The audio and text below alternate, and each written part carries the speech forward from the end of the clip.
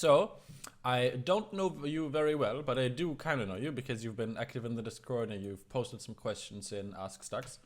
So, Mm-hmm. dare I say we have like an inkling of rapport. But what made you go and say, "Hello, Mr. Stux, I want to spend an hour talking with you"? Well, first I learned about you from my brother, who I play with regularly, Mm-hmm. and I started watching your videos, and I enjoyed how in-depth they were, Mm-hmm. and how no nonsense they were, is what I Mm-hmm. want to say. From then, with the stack that I play with on a regular basis, we've gone from bronze to platinum slash almost touching diamond, Mm-hmm. but we tend to stay stuck in ruts for a while. And in this particular rut, we sometimes go on win streaks, lose streaks, the regular stuff. Mm-hmm. But I decided that given the amount of effort we put into our own VOD reviews and talking about and planning and all this, I said that it would be worth getting a coaching session. Mm-hmm. And some of the people on my team had mixed opinions about whether they'd want to pay for one or not, but I'm of the opinion that, if I want to get something of extreme value for what time that I'm putting in, I'd Mm-hmm. like to get some professional coaching done. So your name came up as the top on the list to get coaching. Okay. So one of the most important things, because obviously, in the questions you posted and in the forum. Also, by the way, I'm skipping all of the disclaimers because you sound like someone who has already watched like the sessions on YouTube. So I'm going to skip like all of the basic talking and we can just get right into it. Um, Absolutely. you made it very clear that you play because Overwatch is a team game and because you like playing with your stack. Hmm. Correct? Um, Yes. the thing is, my memory sucks, so I don't know like how much I already told you in Ask Stux. So if I repeat myself, or if it sounds like I'm saying something that I already said in Ask Stux, just let me know so I can, you know, stop. Totally fine. Basically, If you're going okay. to tell me that the way to climb would be in a duo queue or trio queue max, totally understandable. I know that This much. isn't about climbing. I'm not here to help you climb. I'm here to help you suck less dick at the game. Whether you climb or not isn't really that important to me, and it shouldn't be that Awesome. important to you for now. So, can you think of why playing in a stack is detrimental to climbing? No, I'm sorry, not climbing. My brain is fried. I mean, detrimental to improvement. There are multiple Um, reasons. Just take a shot.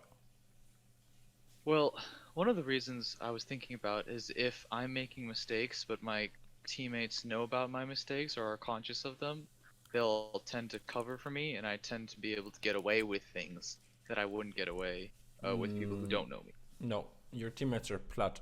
As harsh as it sounds, at Platinum, people are so overwhelmed with their own gameplay. Trust me, they do not spend a second of their gameplay trying to figure out what you're doing, let alone play around it. Okay. Okay. That's not the problem.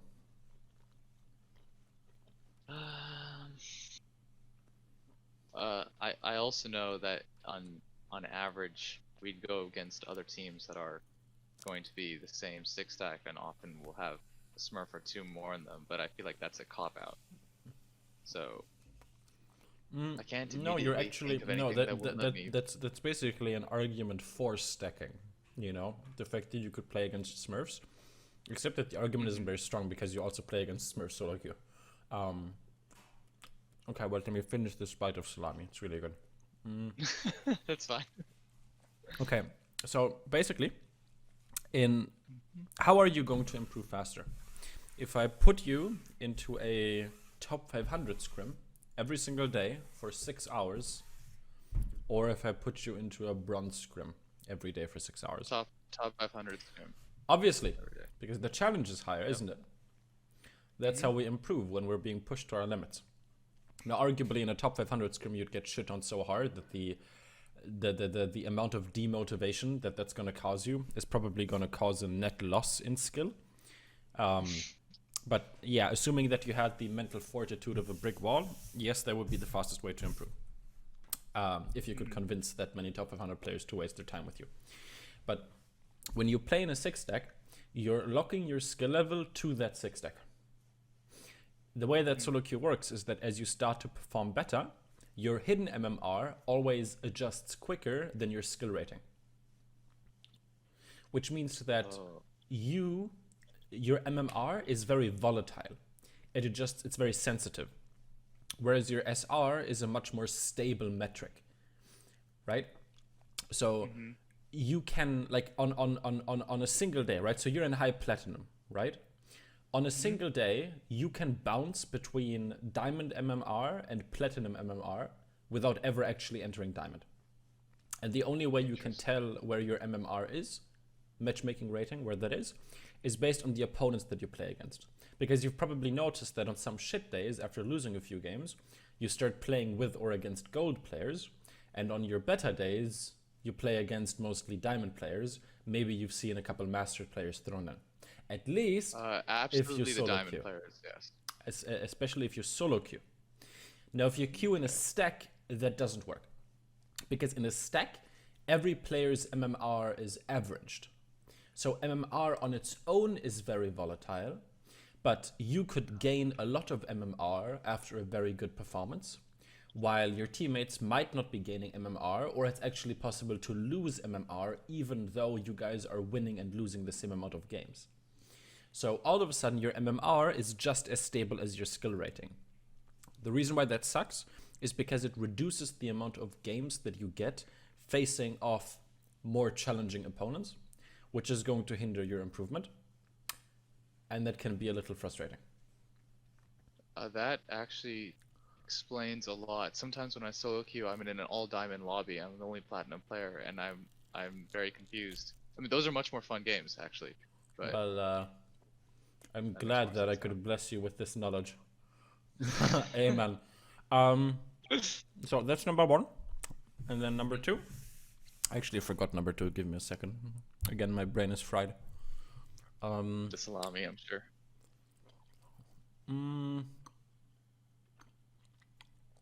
Oh yeah. Okay. Number 2 is because playing in a stack can be pretty distracting. So sometimes people ask me if they can listen to music while playing, and I tell them no, don't be stupid, because music is relaxing. It doesn't really help you focus, you know. In certain tasks, it does help you focus. Like when you're doing very repetitive drills, like if you're learning the piano and you need to practice a very particular arpeggio or something. Although, I mean, with an instrument, you wouldn't listen to music, right? But some people chew gum during practice, for example, right?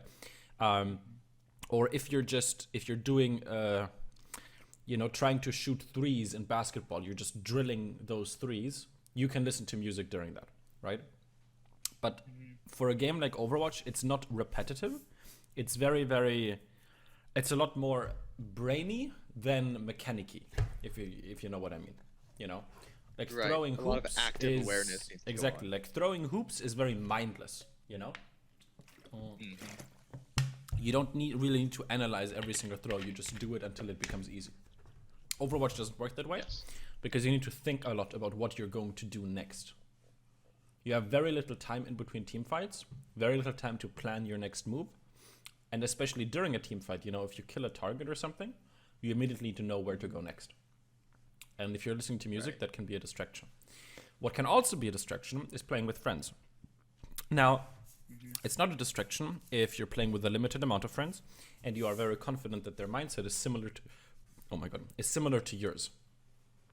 Because then you guys can make sure that you're not like it's important to have fun, right? But sometimes 6 decks, I know how 6 decks go. They either go so ridiculously try hard, like the people are basically pretending they're a pro team and everyone is shouting targets and whatever, to the point where you just can't listen to game sounds anymore, you know?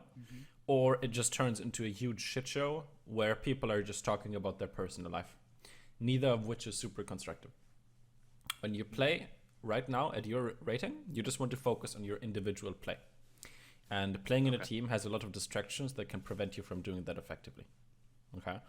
Solo queue, maybe duo queue, maybe if you're super confident in the people you're queuing with, maybe you can trio queue. But anything after that is not very good. Okay.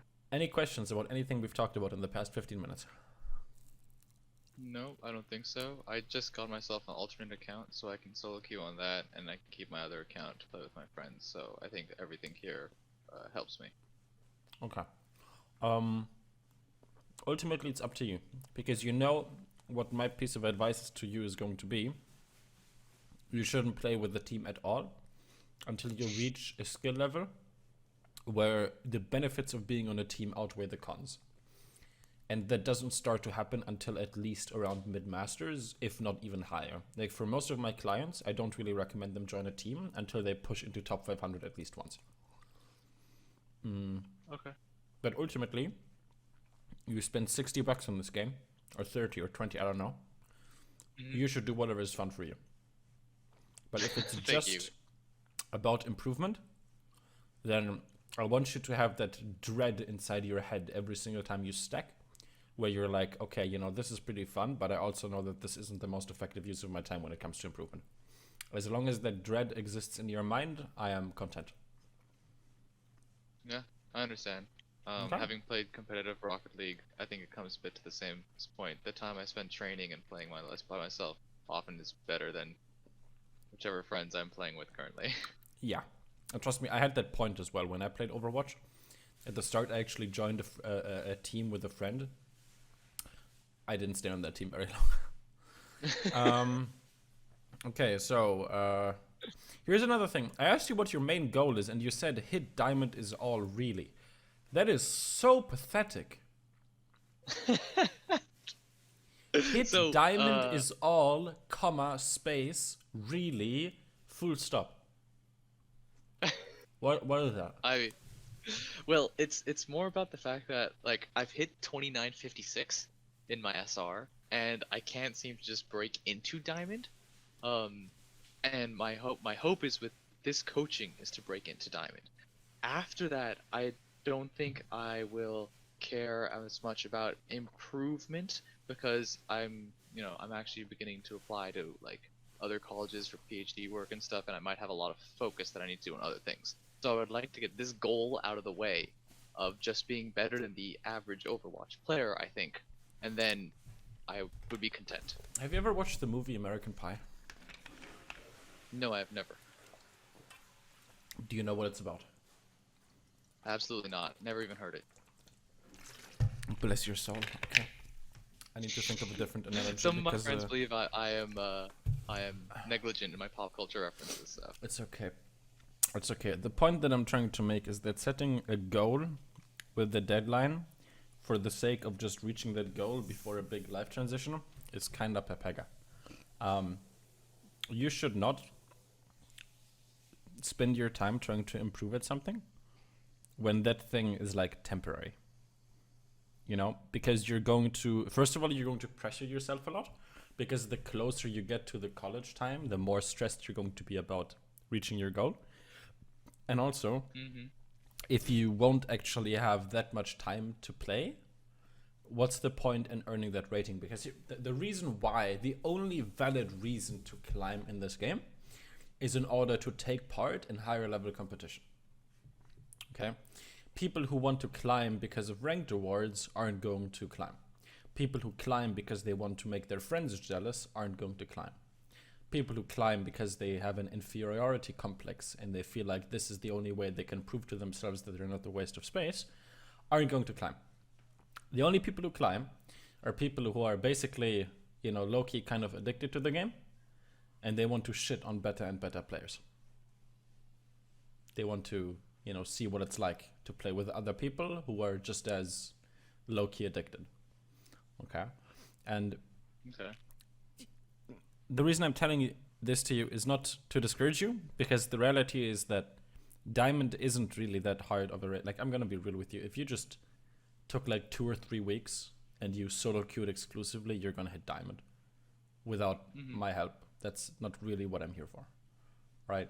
Okay. What I'm here for is to make sure that if you change your plans or if you decide to play Overwatch in the future, that you have the kind of mindset that you need in order to go further than diamond. Because think about the amount of people in diamond. Not all of them spent money on coaching. You know, like the fact that you decided to invest into coaching means that this game is very important to you and that your progress at the game is important to you. Okay? And I just don't want you to like put arbitrary deadlines or rules or whatever on your improvement. You know, you play the game, you try to get better, if it turns out that you don't have time to play anymore, whatever, you take a break, right? But you shouldn't say, oh, you know, my semester starts then and then, so I need to make sure that I hit diamond by then and then. Okay. Either you improve or you don't. Okay? Yep. Okay. You said you do... Okay, this sentence doesn't make sense. Light aiming drills. I don't focus on that since I have a tendency to believe. What Did do you mean, I not belief? finish that sentence? Well, you wrote belief with an F, like, you know, the Christian belief. Like, what belief? Maybe I meant believe and I just misspelled it. Oh, you don't believe in aim training as a main tank. Okay, well, that's very good. I was just confused. Like, I have a tendency to believe. Okay. Yeah, that's my bad. Okay. You review gameplay with a fellow Masters tank player friend. You can do that. I would just be careful. Generally speaking, reviewing your own gameplay is always best. Like, sometimes doing it alone is actually better than doing it with someone who is slightly higher rated than you. Because while they are better at the game, they are not so much better that they can actually explain it to you in a way that doesn't overcomplicate things. Because they can execute, but they don't truly understand every single decision that they do, right? Like, certain decisions just feel right to them, or they feel wrong to them. Does that make sense? Mm-hmm. And the reason why that's problematic is because everyone learns these things in their own way. So they're going to try to come up with like analogies, or they're going to try to explain these things to you, but they can't because they don't truly understand. They can execute them, but they don't actually understand the rules. You know, if I speak broken English with you, you can tell that it's broken English, but you wouldn't be able to tell me specifically with which, you know, grammatical laws I am breaking. You know, because it just sounds wrong. It's kind of the same thing here. He looks at your gameplay, he can tell that something is wrong, but he can't exactly, you know, tell you specifically which rules you're breaking or whatever. Okay? So it's better to just review by yourself. Obviously, you can reach out for like questions, but don't become too dependent on other people to review your gameplay. Like some people, they want coaching from me literally every 2 days. They basically want me to do every single VOD review for them. But obviously that's not, I mean, you know, on one hand, it's a lot of money. So, but on the other hand, it doesn't really lead to like, you know, it's a lot of stress because I'm like, okay, you know, this guy is fucking loaded, but, you know, I don't want to, you know, make sure that he doesn't improve because he becomes too dependent on me, you know. Yep. Ultimately, you're the most reliable person you know. Alrighty. Let's continue. Your biggest weakness, feeling useless. You need to put that on your Tinder profile. Very, it says quite a lot. You know, it's very detailed. Okay, questions. Number 1, Reinhardt. How on earth do I not shield bot when high ground is the issue? Sometimes I can't get my team to move quickly enough if I want to win the war on the low ground. Regardless, might also never use the word war when talking about video games. It makes you sound like an Arma player, and no one likes Arma players. Regardless, my team gets picked, and I don't understand what to do. You actually answered this on Discord in your ioStux anything by saying pressure is only ever one way, but there's a fight here that I really need help with. And it's exemplar of many fights and other. Oh, so it's in the replay code that you want to go over anyways? Okay, if that's the case, just mention it like in the replay code, because it makes more sense than me kind of trying to, you know, take a shot in the dark. Second, shot calling, pathing, etc. Okay, I'm gonna not read this question. You're in high platinum. You're not at a point where shot calling is relevant. Okay. You don't teach third graders how to solve differential equations. Like, you know, it's interesting. It'll help them down the line, but it's just not relevant right now. Even in a 6-stack, the benefits of shot calling are only as good as... It's not just about how good your shot calling is, it's also about how much your teammates are going to listen. Like, if I put a top 500 player into a platinum scrim, do you think he's going to shot call? You know, he's just going to... Jane does that, and they don't even have to open up a mouth to win games, so clearly not. Yeah. Basically, the only thing a top 500 player and a platinum team would say is like, go Mercy and pocket me, you know? Yeah. And that's, or go Ana and nano me, you know, that's basically it.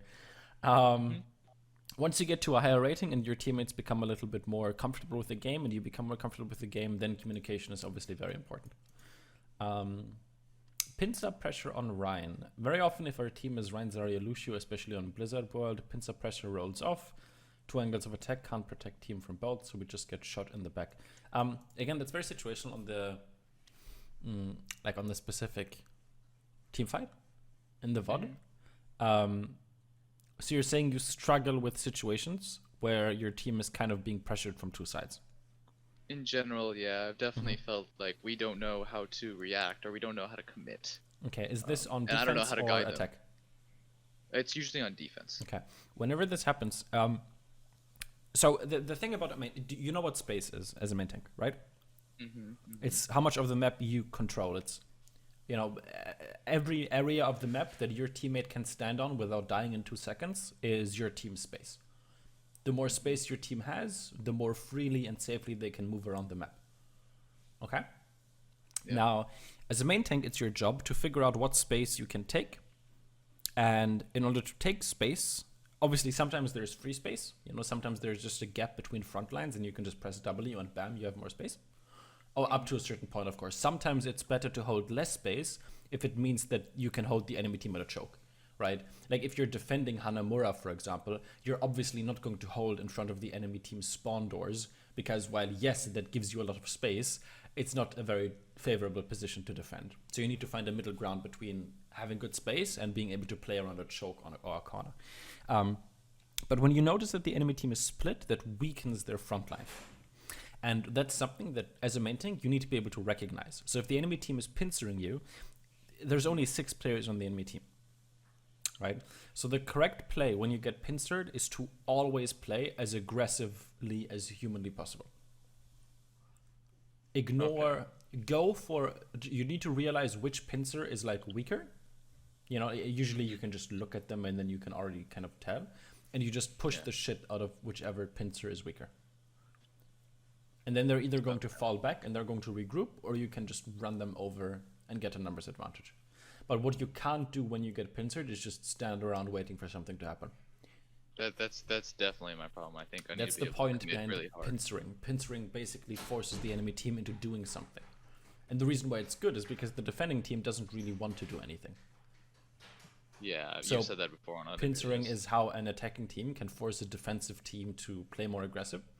And the reason why that's good is because aggressive teams tend to are more prone to making mistakes. Yeah, okay. Does that answer the question? Yep. Okay. How did you find out about the coaching? Minifig Master 125 on Discord. I think he's in your server, just doesn't say anything. Freaking lurkers. How dare you, Fig Master? He's my brother. He's my brother, so... How dare you, J to the C's brother. Always these lurkers. Okay.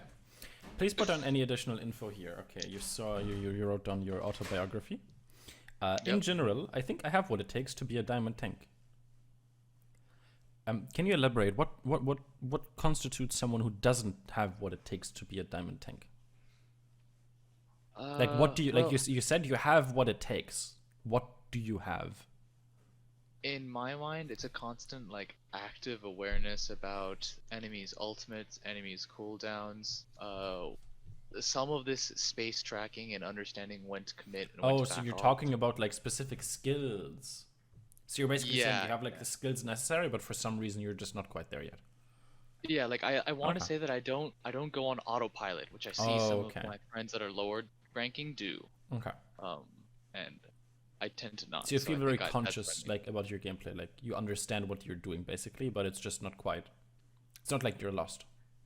Yeah, there are some definitely games where I become lost because I feel like the team is just fracturing before my very eyes, and I don't know how to change what's going on. But those might just be lost games regardless. We shall find out.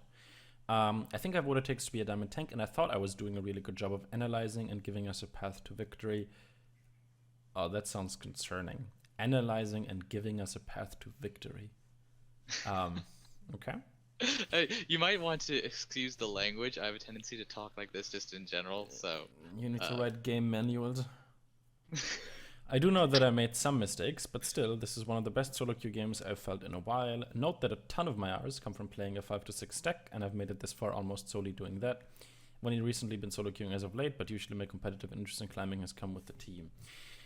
Finally, I really enjoy being the leader and shot caller. I think bringing a team together, predicting, strategizing, baiting ults, and the rest is an awesome part of the game, but in the game and out, I tend to think of myself as a shot caller and an executor of a plan, so I love discussing that and making plans come to life, even if they don't survive contact with the enemy. That's where practice stress matters. So if you see mistakes based on planning that went awry, I'd like to understand how some lack of knowledge on my part may have let that happen. Again, here's the thing. Strategies only work if each individual part works. Okay? Yep. If, you know, you're like, your phone's, I don't know, man, I need to come up with an analogy. Like, there's a lot of moving pieces in a car, you know? Before you think about how to put them together and how to optimize fuel efficiency in a car, or how to reduce pollution, or how to reduce noise, you need to make sure that your gears don't just break apart after like 2 years, you know? Like, you need to make sure that the individual parts are actually functional before you can worry about building an entire system out of them. And it's kind of the same thing here. So you talk about strategies and executing plans, but plans have a lot of moving objects, you know? A plan can usually be summarized as if they do this, we do that. Mm-hmm. Or we do this, we expect them to do that, to which we react by doing this, you know? And everyone in a plan, everyone has their own little responsibilities. The problem is that a plan only works if people can reliably execute those responsibilities. So if your plan relies on an Ana being able to sleep someone, or a Roadhog being able to hook someone, or someone on the team being able to charge up their ultimate in a certain amount of time, but they can't reliably do that, then your plan is useless. For example, if you're playing with a Sombra composition, then obviously EMP is going to be your win condition. But the problem is that even if you are planning team fights around said EMP, there are a lot of moving pieces, you know? Is Sombra going to be able to EMP at the right time? Is she going to be able to EMP from the right position? Is she going to EMP the right targets? And let's say that she lands that EMP, you know? Is your Genji going to be able to follow up? Is your D.Va going to be able to follow up? Is your Ana going to be able to defend herself when the rest of her team leaves her to follow up on the EMP?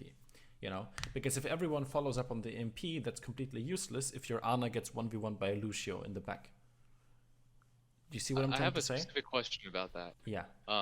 More like, there was an example yesterday where my brother and I were duo queuing, and we knew our win condition was Grav Dragon, and we'd asked the Zarya to grab early. The Grav never came, and my brother, who was on Hanzo, never did the Dragon. Didn't find one, yeah.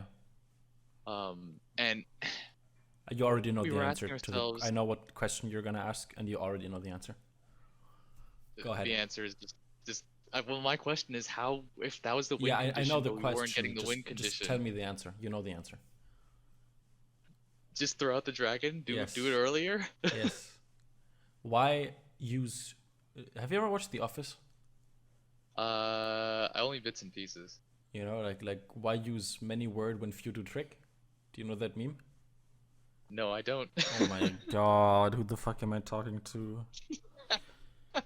I can't use American Pie references. I can't use Office references. This is a disaster, you know that? Yeah, I'm a disaster with most of my friends in pop culture. I already told you this. Okay, what I'm trying to say is, why use 2 ultimates to win a team fight if you can use 1 ultimate to win a team fight? Well, I guess I just believe that Grav Dragon is like a win condition. So when you have that combo, why wouldn't you use it? The word condition is very misleading, because win condition makes it sound like that condition needs to be met in order to win. But that isn't really true, especially in solo queue. Right, especially in solo queue, I agree. Here's the thing.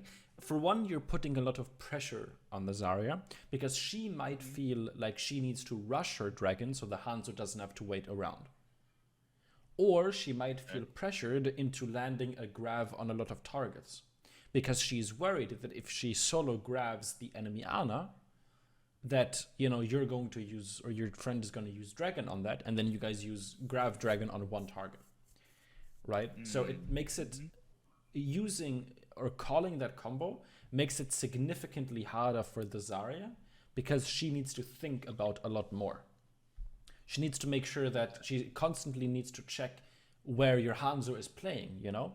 Because she doesn't want to accidentally grab expecting a dragon and then no dragon is coming, you know? Okay. So what you should do is you can still grab dragon, but you do not tell her. When she uses, don't pressure her into when she uses grab and you feel like there's a lot of people in it and dragon is gonna get value, you dragon. If you feel like it's not necessary, if you feel like grab alone is enough and you can just pick off the targets inside the grab without having to use your dragon, even better. Then you win the teamfight with on ultimate. Or if you see an opportunity to land a really fat dragon without needing to use grab, go for it. But don't say, ooh, we need to use these two ultimates in combination in order to win the team fight, because solo queue doesn't work that way. Yeah, that's... Okay, that makes a lot of sense. Yes, it does. And so this is the, would you say that in general, like, I feel like I tend to believe that communication is a large part of my job, especially as a main tank, but it almost sounds like I'm micromanaging, and that just doesn't work in solo queue. You are. Again, you're at a rating where, as harsh as it sounds, like the especially in solo queue, the communication just doesn't help. You know? Yeah, no, I knew I was going to get that from you the second I signed on for coaching. Yeah, but it's important for me to understand why. Like, it's not in your best. It sounds very counterintuitive because ultimately everyone has this rosy idea of Overwatch being a team game and you need to communicate and strategize. Solo queue is never going to be that. Okay. That is one of the main motivations for people to climb, because most people understand that solo queue isn't. It's called solo queue. It's a shit show. It's not meant to be team play and coordination. It's just a quick way to get into a lobby with other people who are trying to win. That's the point behind it. It's just matchmaking. You know? If you actually want proper team play, people understand that they need to first get to a higher rating, where they can, because the higher your rating, the easier it'll be to find like-minded players. The easier it'll be to find players that, you know, actually give a shit about the game. And then once you get to that rating where you're happy, again, usually around mid-masters is like the earliest where I would say, okay, getting on a team is okay. But yeah, even then I would probably chill and wait a little, you know? Yeah. Can you give me a second? I want to turn the radiator down a little. I'm actually dying. No worries.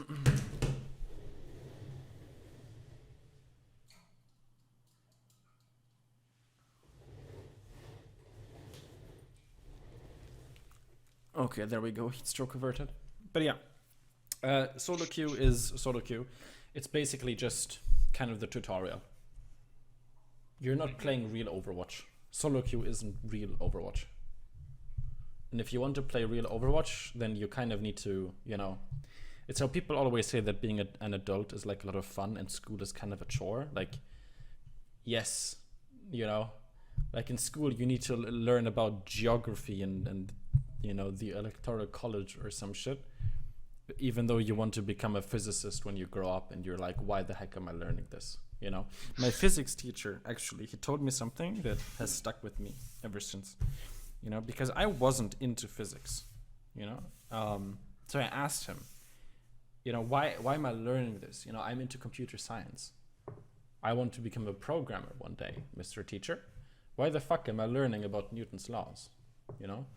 And he told me that there's two reasons why. The first reason why they're teaching you a wide variety of subjects is because a lot of people don't know what they actually want to do without trying it first. So by going over a wide variety of topics, it makes sure that everyone finds at least one subject that they're remotely interested in. You know, so it's kind of variety. And then number two is that your A levels or your SAT or whatever, or like the final, you know, diploma that you get at the end, it doesn't state that you're smart. It states that you're capable of learning things even if you do not give a shit about them. And being able to do that is a very, very valuable skill set in the real world. Okay. And solo queue is kind of the same thing, where if you reach a high solo queue rating, the reason why other players don't want you on their team unless you have a high solo queue rating isn't even necessarily because they feel like it makes you a bad player, but rather because going through that experience of grinding through solo queue is kind of I don't know what the English word for it is. A testament to your ability. Exactly, it's a testament to your ability to just deal with shit, you know, and to kind of, despite the circumstance, like top 500. You know that top 500 players, they don't always solo queue, and everyone else is a top 500 player. You know, right? Mm-hmm. Top 500 players are usually in GM lobbies. Sometimes they even have master players in the lobby. Not sometimes, most of the time. Because there just aren't that many top 500 players. So ranked for a top 500 player is basically, every single game is basically the game putting them into a lobby where they're essentially smurfing, where everyone else is below their skill level and the game expects them to carry. You don't get top 500 with a 50% win rate, you know, like you basically you're expected to carry every single game at that rating if you want to have a chance at winning. You can't just be good enough. You're expected to be the carry every single game, right? Yeah. And it's like a trial by fire, and that's how you need to consider solo queue right now. It's really just shit that you need to deal with in order to prove that you can play with other people who have gone through the same shit. Does it make sense? Yeah, I also like that attitude more. Okay, then I can launch my game. Also, just letting you know, just asking, you are a computer science major then? Do you do engineering? No, I did one semester, and then I kind of got into this video game called Overwatch. You might know it. Yeah, all right. And then then I kind of did the whole esports thing for like 4 years, you know. And then I retired like a year ago, and now I do the private coaching. But I am actually going to go to uni again, like next semester. But I'm going to study business administration. There you go. Because as I have grown this business, ioStux.com, I have learned that businessing is actually pretty enjoyable. Excellent. I asked that because I am a computer science major. So. Oh no, trust me, I really, really liked it. It's just that I want something where I can, like, you know, that's I don't know, I like it, but I just want to do something that's a little different. You know, I want to do something that doesn't involve sitting in front of a PC all day. Yeah. Okay, let's go replay code. But no, trust me. What semester are you? Well, I'm actually graduating. I'm actually going to try and go back for a PhD in robotics. So. Ooh. Damn, how old are you? 26. You're so close to death. I just had a little. you just gave me a little empathetical midlife crisis. You know, I was feeling bad for you. Rialto. Let me screen share the game. Okay, I'm gonna try to go through this VOD quickly, so that you don't grow any gray hairs during it.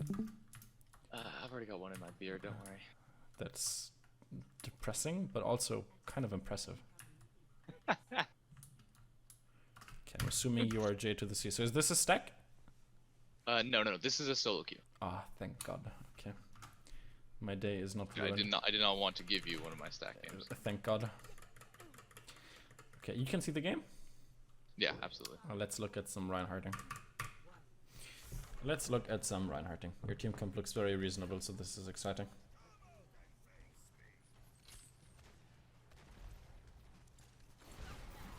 Okay, nice. Early fire strike. Very good. Okay. You're burning a lot of shield for like nothing.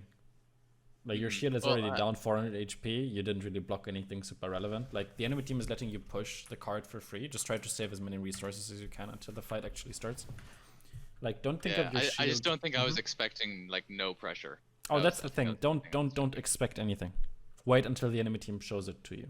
You know, like just hide around the payload. Maybe flash your shield a little, but you were kind of hard shielding, which isn't super duper necessary. You know. Okay.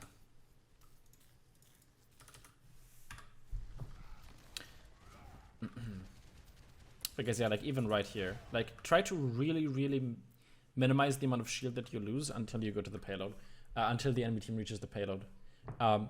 Your shield, don't think of your shield as a tool to protect your teammates or as a tool to take space. As selfish as it sounds, the best way in solo queue to think about your shield is as a personal defensive cooldown. Think of it like brick shield, basically. Does it make sense? Okay. Yeah. You want to be very selfish with it. Because your own effectiveness and your own ability to kind of stand your ground is the only thing that matters. Because ultimately you can't reliably shield your teammates because there's like a lot of factors that depend on it. Like right there you were trying to shield your Zarya, but it just didn't really make a difference. You know? Yeah. So your focus here needs to be to just fire strike and chill. Fire strike. Huge fire strike. Go! No! Okay, it is... so but going back to the selfish thing, you need to fire strike on cooldown. You don't have time for this shit. Like your fire strike is just sitting there forever. Literally, look at that cooldown. When it comes up, you throw it out. No hesitation. Okay. Now, another thing that your health is a resource. Okay. That's actually a concept that's not even Overwatch specific. Knowing that health is a resource is something that is applies to every single game, right? Because a little anecdote time. You know the game Hearthstone? Yeah. Okay. Warlocks in Hearthstone, they have an ability where they can, where they lose like 2 HP out of 30, and they draw a card. And a lot of newbie players, they didn't play the Warlock because they were like, dude, what the fuck? I'm not gonna kill myself, I can just draw cards for free every turn. Good players realize that Warlock is broken. Because the more cards you draw, the more likely you are to get your combos and your good cards, And they don't care if they win with 20 HP left or 2 HP left. A win is a win, right? You need to think about it the same way, except that your health is going to be replenished because you have supports, right? So whenever you're full HP like this, okay, the general gameplay loop to farm ultimate charge as Reinhardt is to make sure that you're full HP. You want to get as close to the enemy team as possible, ideally without having to use your shields. That usually involves walking up to a corner or walking up to a payload. You want to use your fire strike on cooldown, and then you want to use your HP, you want to use your armor specifically, in order to get some swings in on the enemy team. One problem that a lot of lower ranked Reinhardts have is that they are very scared of taking damage. But good Reinhardt players take damage 24/7. Because it also means that they're dealing damage in return, if that makes sense. Right? And the problem is that you're, like, when you are taking damage, you're not really getting anything out of it in return. Like, whenever, in order for the payload to not push, someone on the enemy team needs to contest. In order to contest, they need to touch the payload. And if they're touching the payload, that means that they're close enough to where you can walk up to them and swing. Right? Like right here, this is good. You got a few swings in on the Winston. And then the point behind your shield is that after you go for the swings and you lose a bit of HP, you can use your HP to control precisely when you take damage. Okay. Right? So the gameplay loop is to push payload. When someone on the enemy team contests and you're full HP, you start swinging on them until you lose your armor. Then you hold up your shield and you fall back and you get healed. And then you're full HP and someone on the enemy team contests, you start swinging at them and then you go back. And obviously while you're doing that, you fire strike on cooldown. And that's how you charge your ultimate very quickly. Because fire striking on cooldown is good, but in low elo, a big part of your ult charge actually comes from swings. In high elo, you're gonna get punished super fast. And like, you can maybe get 1 swing in before you need to shield immediately. In low elo, you can usually get 2, 3, sometimes 4 swings in without, anything happening. Okay. And also you have a Lucio, the enemy team doesn't. Which means that you Right. shouldn't have any trouble, reaching people. Theoretically. Yeah. So obviously the problem here is that you're anti-nated, so your healers can't heal you. Yeah, I got purpled, so the nano didn't give me much help. But yeah.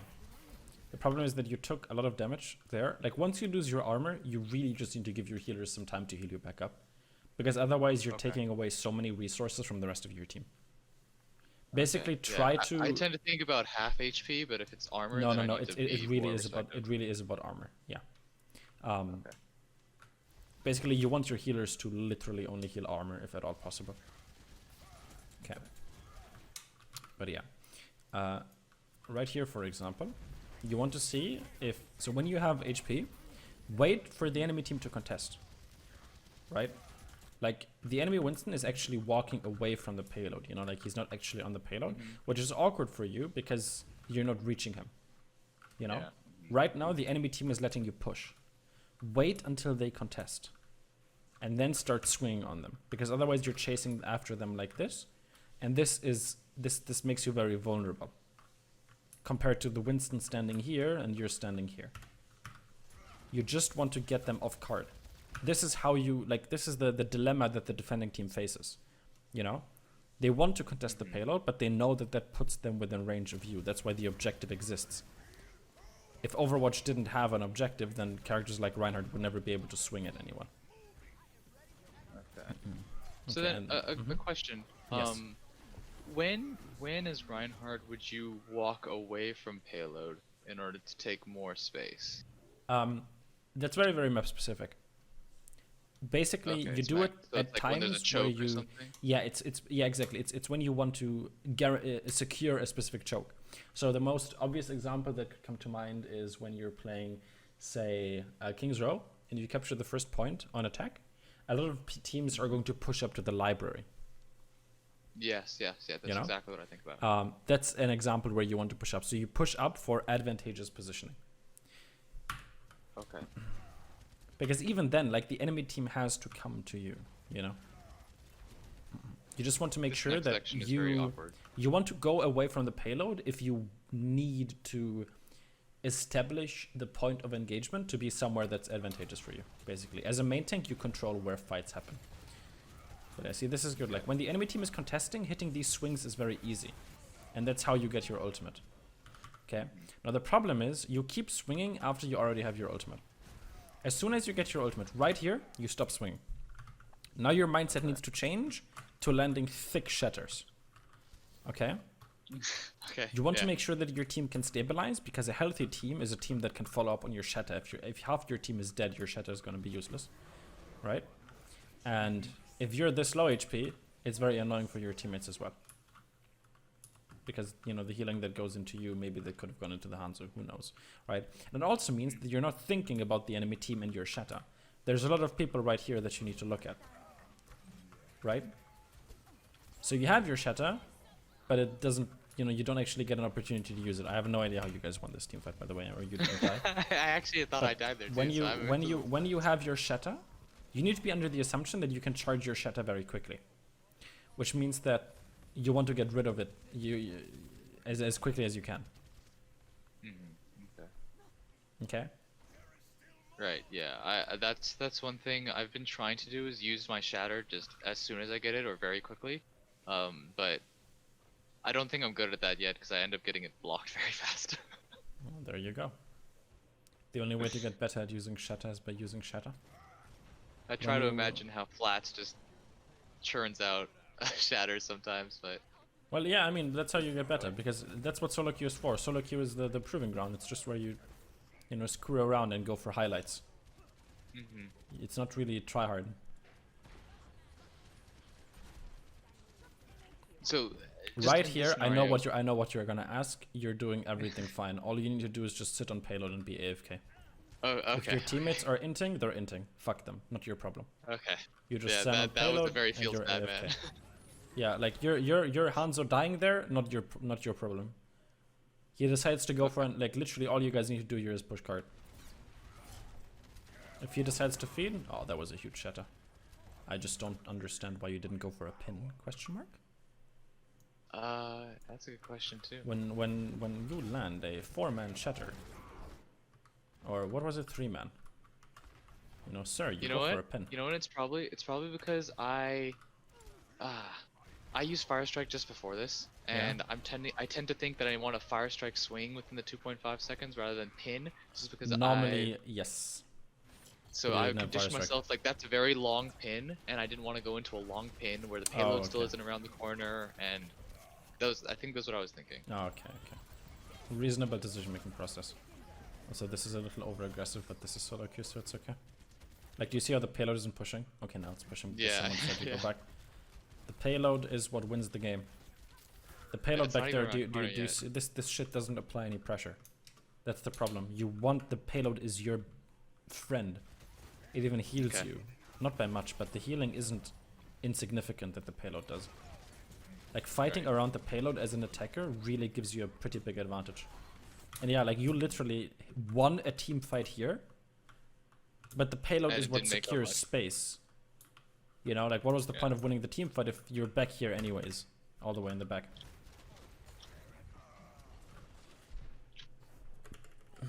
Yeah.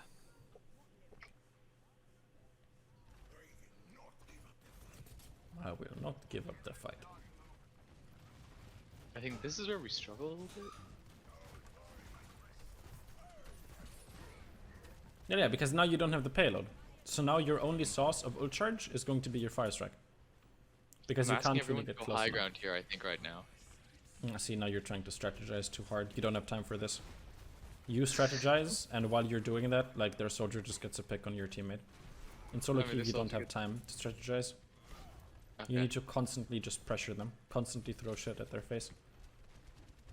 Like, look, you're not fire striking on cooldown again. Yeah, okay. I need to start doing that. Like, all you want to do here is get back on payload. Getting Yeah. on the objective is always your number one priority.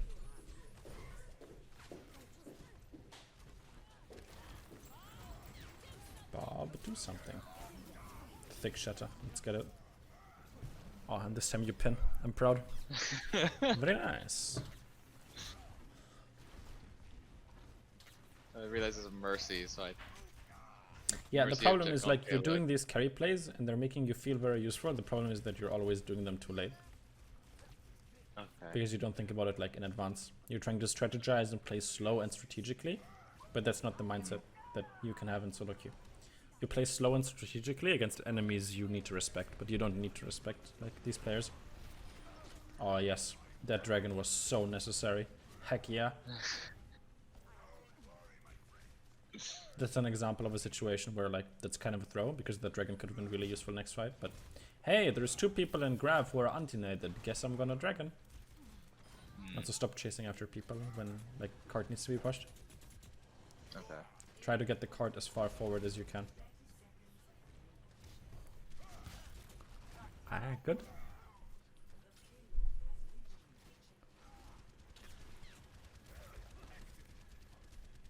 No one's pushing cart. Just stand on payload.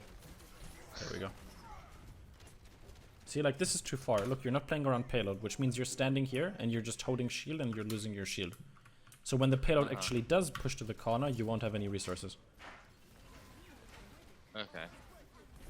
Map specific wise, I assume that left corner is not a very advantageous position to play in. No, So you it's need to not play very around useful, payload yeah. here. Like, this position is very defense favored. Basically, the only consistent way to get past here is if you land a really thick ultimate. But landing an ultimate here is easy because it's, like, very open. But yeah, look like you're pushing too far. Just stand, like, literally all you need to do here is just jack off behind the payload.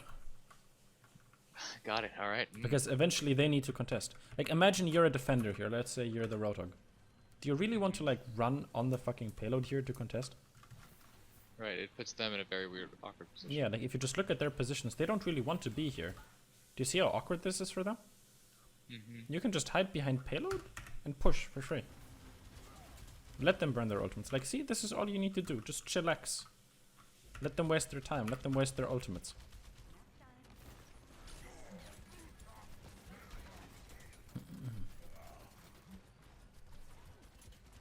See? Because now the payload is at a place where you can actually fight, but, you know, you're not really in a position, or, like, you guys weren't really ready for a fight yet.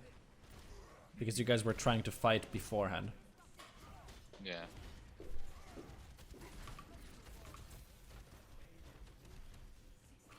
Okay, thick boy shutter, I believe. And then afterwards we're gonna call it because it's midnight. And Sounds good. I need to drink something. I want to drink some Coca-Cola. Oh my god. Did happen. Play around the payload, Jesus. Look where the payload is. Like this, what you're doing here, this is like awkward, you know? Mm-hmm. Just literally hide behind the payload. Wait until they contest. Let them use cooldowns, and then you shatter. Like the shatter wasn't terrible, but it's just like very forced, you know? Like you just, yeah. Insane positioning by their soldier. Okay. See, like for example, your McCree getting hooked there. No, not your fault. Not your fault. Oh, Again, okay. don't think of your shield as a way to protect your teammates in this elo. Him getting hooked is his fault. Whether you shield him or not doesn't make a difference. Okay. Like, don't try to save your teammates from their own stupidity. Just try to punish the enemy team's stupidity. Insane fire strike.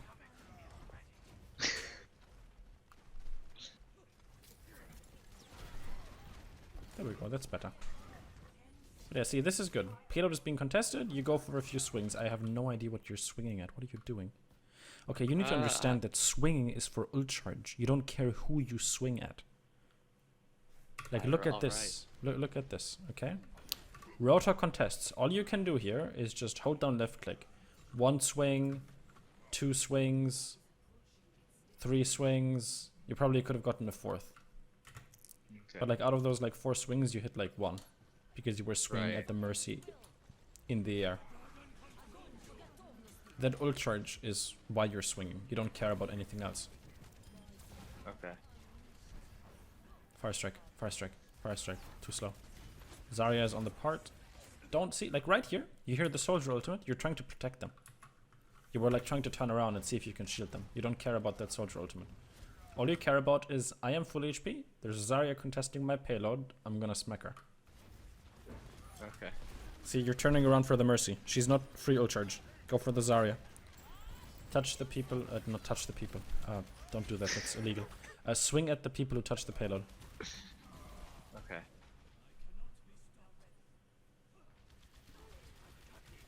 Well, do we have any questions? I don't think so. From what I understand, it's just play the payload, play the payload, play the payload. Yes, the payload is one example of how you can get, you know, free swings in, right? Again, you're in platinum. The game isn't as simple as I described it, but as I mentioned earlier, first you need to learn how to multiply 2 numbers with each other, and then you can use those skills to fly to the moon, you know? First you learn the simple steps, and then because those are the Lego pieces that form into big strategies and metas and tactics. But right now you're focusing too much on the tactics without actually having the Lego pieces, you know? And I think the other aspect, I guess, is I just need to focus less on trying to save my teammates and more on just punishing other teams. Yeah, you just need to, like literally just, if you can get shatter like every minute, you don't give a shit about what your teammates are doing. Okay. I think I'll keep that in mind. Get shatter every minute. Easy peasy. Yeah, I mean, again, it depends on like their team comp, you know, sometimes it's going to be a little easier, sometimes it's going to be a little more difficult, but yeah. Cool. Okay. I don't think outside of that I have any other questions. Then, if you come up with any, you can just DM me. Again, you don't need to use ioStux because I don't like, ioStux is like lower priority, you know, like I respond to DMs first, always. So do that. Okay. And if you have the time, you can do me a big favor and go to this page to leave a review. And if you decide to get another session, make sure to use this link because follow-up sessions get cheaper the more sessions you've completed in the past. Okay, then Godspeed to you. Thank you. I'll see if it works out tonight. Let's have a good one. Payloads. Have a good one. And don't hesitate Thank like you, man. sending You me too. any replay codes or whatever if you need like any post-session, you know, course correction or whatever. Okay, cool. Okay, have a good one. See ya. You too.